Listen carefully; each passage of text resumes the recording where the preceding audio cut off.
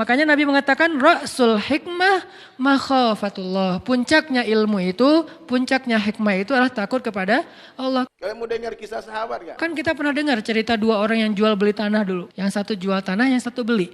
Udah selesai jual beli tanah, transaksi udah beres. Yang beli tanah itu, tanah kebun gitu, nyangkul-nyangkul. Nemu emas di dalam tanah kebun yang baru dia beli. Langsung dia cari saudaranya yang tadi jualin tanah ke dia. Bro gitu, akhi. Saya dapat emas dari kebun kamu. Oh alhamdulillah itu kalau gitu. Enggak, justru innalillah. Coba. Innalillah kenapa? Ini kan harta kamu. Jadi saya gak mau ngambil ini. Ini saya balikin ke kamu. Ada dua orang sahabat ribut. Dua orang sahabat saling dorong-dorong. Oh enggak begitu, enggak begitu. Datang satu orang bertanya. Hei bro. Apa masalah kalian? Kenapa kalian ribut nih? Udah damai-damai sajalah dunia ini. Apa kata sahabat yang pertama? Bang, begini bang. Dia ini teman saya. Terus kenapa ribut? Saya jual tanah ke dia. Ternyata orang yang pertama tadi menjual tanah kepada orang yang kedua tadi. Terus masalahnya apa? Kalau saya sudah jual itu tanah, berarti apa yang ada di atas tanah, apa yang ada di dalam tanah itu punya dia. Saya sudah jual. Tahu-tahu barusan dia datang ke rumah saya membawa satu peti emas. Dia bilang dia temukan emas itu di dalam tanah itu. Saya bilang, emas itu punya kamu. Dia ngotot bilang punya saya, nggak bisa dong bang. Kata yang pertama. Terus tanya, kamu apa masalahnya? Enggak, ini bukan harta saya, kan saya udah jual tanahnya. Tapi kan kamu jual tanah, bukan jual emas.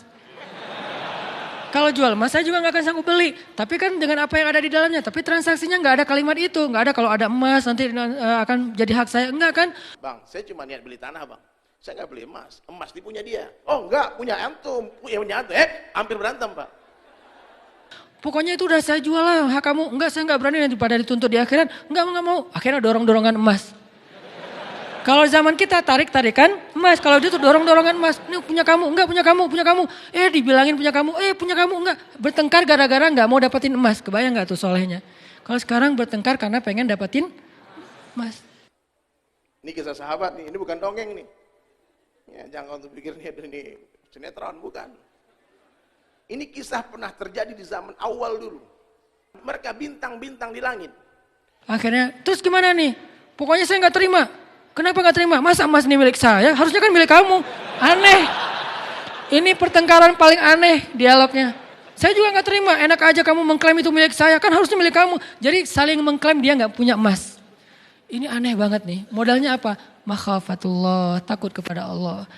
Terus kata dua orang tadi, gimana bang kalau emas ini kita kasih sama dia aja? Orang yang datang tadi, yang ketiga tadi. Itu doang, tunggu dulu bro. Ente enak aja berdua mau lepas dari masalah, terus kasih masalah sama saya. Mereka memandang harta benda dunia ini masalah. Karena mereka yakin betul hadirin sekalian, harta yang halal akan dihisap, yang haram akan diazab. Kita udah begitu belum kacamatanya? Memandang dunia ini. Mereka menolak dunia dengan kedua tangannya. Hari ini kita meraih dunia dengan kedua tangan kita. Dulu mereka pengen miskin, ternyata yang kaya banyak. Hari ini kita semua pengen kaya, yang miskin yang banyak. Akhirnya apa kata sahabat yang ketiga tadi? Gini deh, daripada kita bertiga nih ribut, mendingan datang ke pengadilan deh. Kita tanya sama hakim, siapa yang berhak terhadap emas ini? Akhirnya datang ke hakim. Hakimnya juga bingung. Kenapa bingung? Takut kepada Allah. Hakimnya orang yang takut dengan Allah. Karena ketika dia salah memberi keputusan, dia akan dituntut di hadapan Allah nanti. Sebetulnya gaji dia lebih kecil daripada tuntutan nanti di akhirat. Buat dia bingung, gimana nih? Ya Allah beri saya petunjuk. Maka setelah dia dengarkan semua testimoni orang-orang yang hadir ini, hakim tadi dapat keputusan. Ditanya, hei penjual, siap tuan. Kamu punya anak enggak? Ada. Laki? Iya, laki. Kamu punya anak? Laki perempuan? Oh ya udah, kalau laki-laki nggak bisa. Laki perempuan oke ya? Bagaimana kalau anak kalian nikahkan? Lalu jadikan emas ini sebagai maharnya. Gimana bro? Ya terserah anaknya juga sih. Ya udah kita tanya ke anaknya. Pas tanya ke anaknya, ya aku sih terserah ayah. Udah beres. Baru mereka berpelukan. Nah ini baru solusi katanya. Inilah din agama yang merubah cara pandang kita semua. Akhirnya menikahlah putra dan putri dari dua orang ini yang bersengketa. Dan emas ini menjadikan modal pernikahan mereka. Masya Allah, makhafatullah. Kemana sekarang iman ini di antara kaum muslimin? Di mana nilai-nilai ini di antara kaum muslimin? Kenapa nilai ini sekarang adanya di Jepang? Kenapa nilai ini adanya di Korea?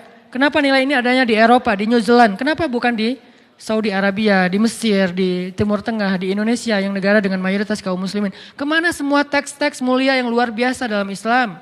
Karena kita hanya menjadikannya wawasan, bukan iman. Ilmu tidak menjadi kebaikan kalau hanya sekedar wawasan di sini. Dia baru menjadi sesuatu ketika dia berasa di hati, lalu kita jadikan itu sebagai perilaku kita sehari-hari.